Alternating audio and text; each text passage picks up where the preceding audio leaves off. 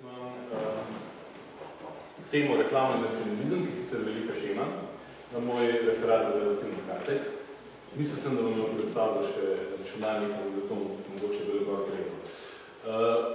Za primer bom dal produkte družbe Svetega Cirila in Metode. Zdaj, najprej poskušam dati mogoče malo teoretskega do splošnega okvira, kaj imate skupnega nacionalizem in reklame. In ko sem o tem razmišljal, mi je dosti asociativno padlo to vasto modern fenomen s korenom pred modernimi dobi. Tudi reklama, tako kot nacionalizem, poganja modernizacije. Oba delujeta v javnosti, recimo javnost kot produkt meščanske družbe, kot recimo, ki je postal Habermas. Oba sta ideološka, če vzavimo tako novo marksistično smer, ideologija kot razmerje med eksistenčnimi pogoji. Skratka, oba delujeta na področju ideologije in ustvarjata ideologijo. Oba delujeta v trikotniku kultura, politika, ekonomija in se preliva eno in drugo. Oba potrebujeta zamišljene skupnosti za delovanje in oba konstruirata oziroma ustvarjata zamišljene skupnosti po Andersonu. In seveda, če je zraven Anderson, mora biti Hobsbawm, oba izumljata tradicije. In oba potrebujeta določeno tehnologijo, kar je spet vezano na fenomen modernizacije, mediji ter povezave mreže transportu politika do tehnologije. In oba se reproducirata banalno, to je mogoče vsakdanje, Michael Billig, na oboje smo navajeni, da je to nekaj vsakdanjega, ampak ima kljub temu velik vpliv na nas. In seveda, če uporabimo pojem diskurs, ki smo ga danes že slišali, oba sta diskurzivna, skratka, kot če vzamem najbolj znano pojem, to je nazorovana skupina izjav, skratka, diskurzi, tudi reklame imajo z načinom govora svoj vpliv, povedo tudi kaj več, kot samo ponujejo blago.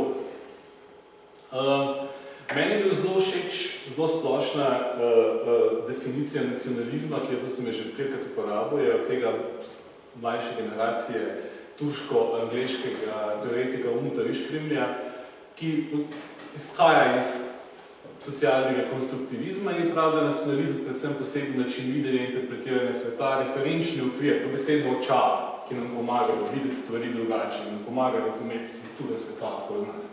Skratka, ni stvar sveta, ampak je bolj perspektiva sveta. In on je tudi dost schematsko postavil 4 načine, s katerim deluje ta nacionalistični diskurs. Skratka, diskurs nacionalizma deli sveta nas in njih, kar nam je jasno, to smo danes že slišali. V bistvu smo vse slišali, sem na tak način.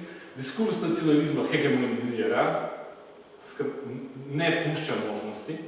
Diskurs nacionalizma sam sebe naturalizira, neka običajnost ali pa naravnost se konstruira. In diskurs nacionalizma deluje skozi institucije, ki so tudi podelno posledica modernizacije. Brez nekih institucij je nacionalizem bolj etničen kot nacionalizem. Taka definicija, v mislih, ko bom šel na primer družbe Svetega Cirila in Metoda. Vsi, ki se ukvarjamo z zgodovino, ali pa vsaj v začetku 20. stoletja, ne moramo imeti te velike pomembne organizacije. Skratka, je zasebna nadstrankarska narodno-obrambna šolska organizacija, ustanovljena v zlatih časih Sloge, čeprav takrat se je že najbolj škrkala. In tudi dolgo časa je še vztrajala kot slogaška, čeprav so jo pretresali veliki spori. Kolikor piše v literaturi, je največji zadnji krat bil 1907, da je še dolgo časa so nekako vztrajali, čeprav so liberalci večinoma imeli prevlado in na koncu to postane liberalno podjetje. Skratka, podpirala je upoštevanje slovenščine v šolstvu in boj proti tujim društvom Šulferajn pa Lega Nacionale, recimo tudi, nisem napisal zraven, kjer imajo podobne taktike.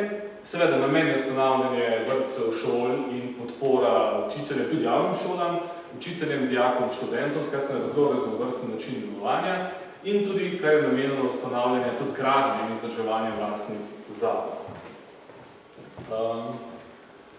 Kako se je ta stvar financirala? So več po letopisih oziroma koledarjih, ki so lepo digitalizirani in jasno dostopni, se je financiralo predvsem s članarinom.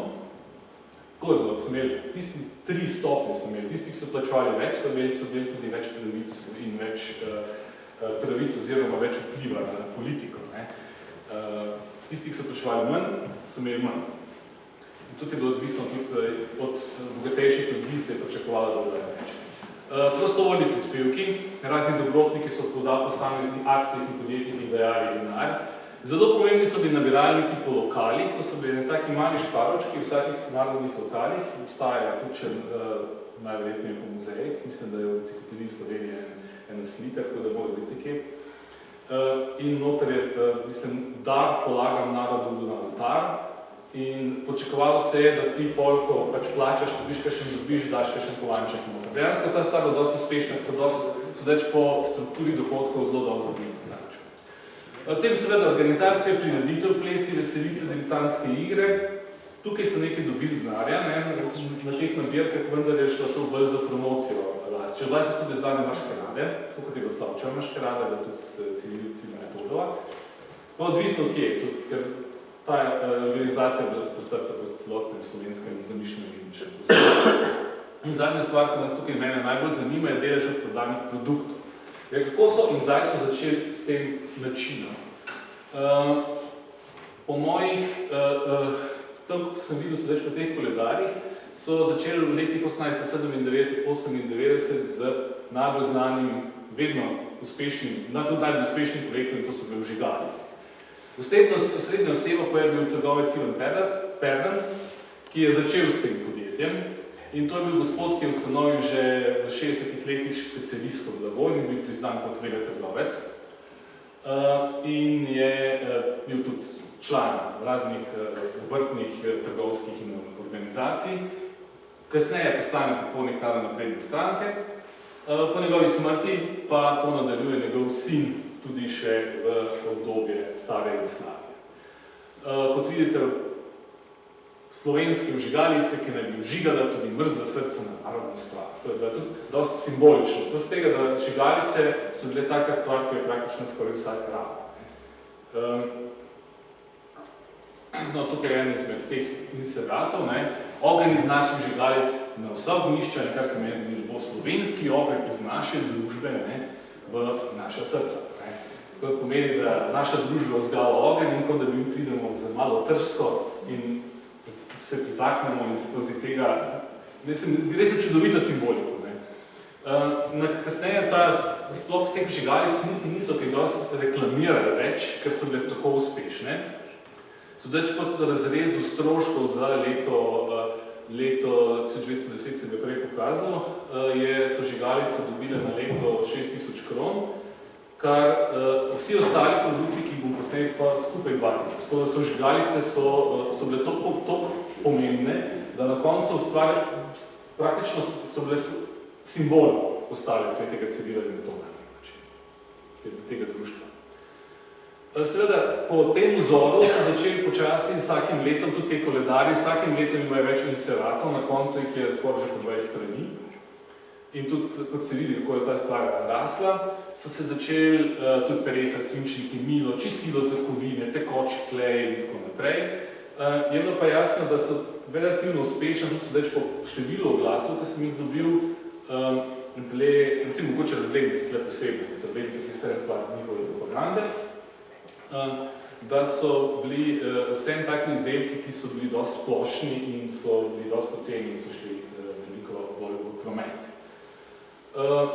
Tukaj je mogoče eno naznanilo, ker v bistvu je to reklama za reklame. V koledarju Družbe svetega Cirila in Metoda, kjer je jasno, kupujte pri narodnih slovenskih trgovcih, ti, ki jih zdaj naštevamo, so narodni, sklicujte se na to, da ste to videli pri svetem Cirilu in Metodu, tako bodo narodni trgovci zaupali in bodo še naprej nam dajali pač delež od svojih odprodanih zadev. In tako sklicevanje na inseratu veri uvrstitelje v uspehu inseriranja. Skratka, prosim, povejte, da ste to opazili pri nas. To tak tudi večkrat danes uporabljen pogled. Ene par še teh oglasov. Eni so prodali vse zadeve svetega Cirila in Metoda, recimo postrežba točno, cena zalika zaloga vsega blaga.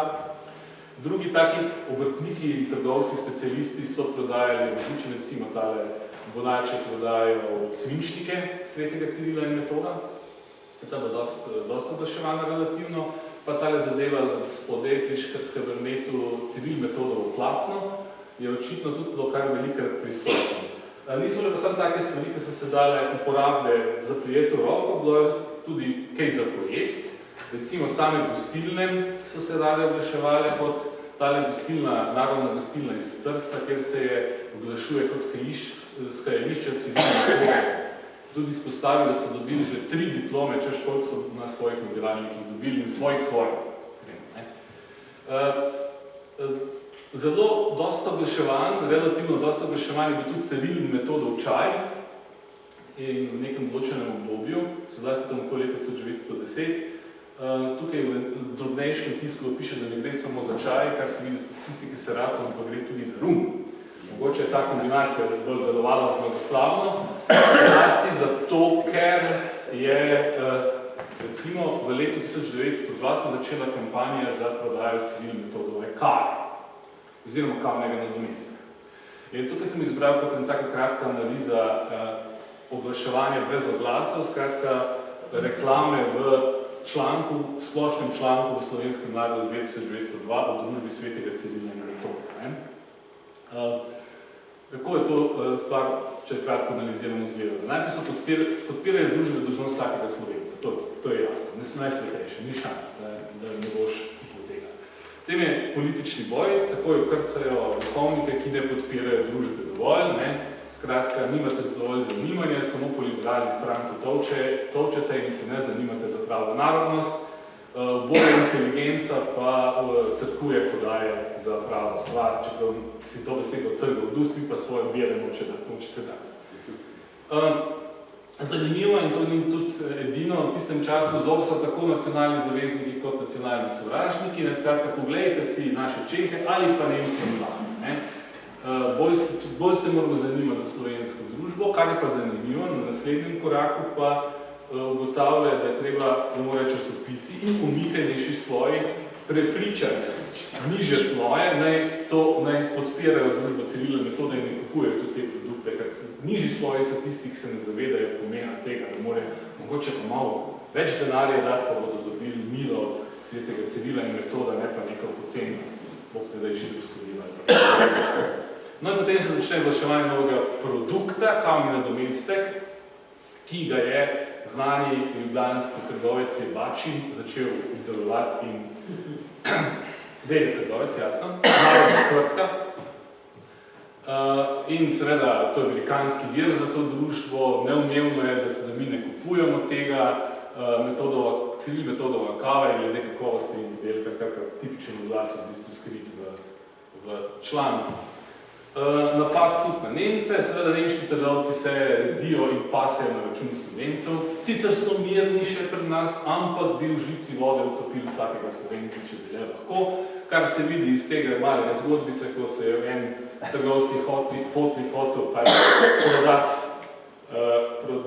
Ciril Metodovo kavo, pa je gospod nemški trgovci rekel, da bo takrat te prodajal, ko bo Ljubljanica tekla nazaj v hrib. Zanimivo je bila tudi temeljitev reklamiranja z izračuni, s katerega približno vidimo, kako je ta biznis, ta sprega trgovcev in nacionalne ideologije potekala. Pravijo, Kranjska potrebuje 200 vagonov, že to se vidi modernizacija, da se v vagonih šteje, 200 vagonov kavnih nadomestkov so izračunali in naš gospod Jebačin mora dati 200 kron od vsakega vagona in če bi to vse spili pri njemu, bi imeli 40 000 kron za naše društvo. Torej, to je kar je možno. Ta izračun je seveda zelo brez krčmarja, ampak to bi bila podpora za našo družbo in konzument ne bi bil prav nič na zgubi. Skratka, same pozitivne stvari za narodno stvar. Zdaj pa se približujem že koncu, na mestu zaključka. Še enkrat bom pogledal na te moje 4 dosti splošne teoretske izhodišča, ki bi o razmerju reklame in nacionalizmu in vidimo, da se tukaj marsikaj sklada.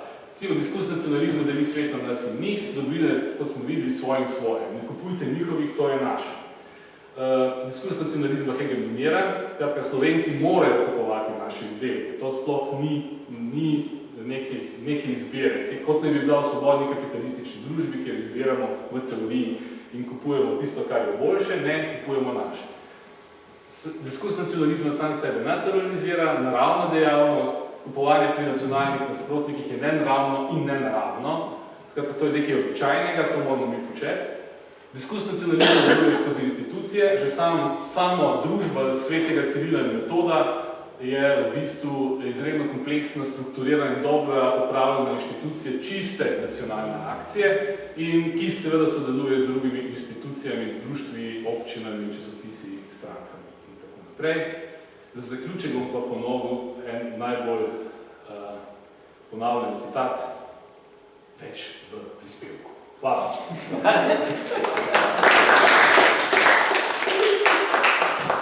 Organizator je navdušen, da so zadnji stavki, jaz navdušen, da smo rekel, da nikoli.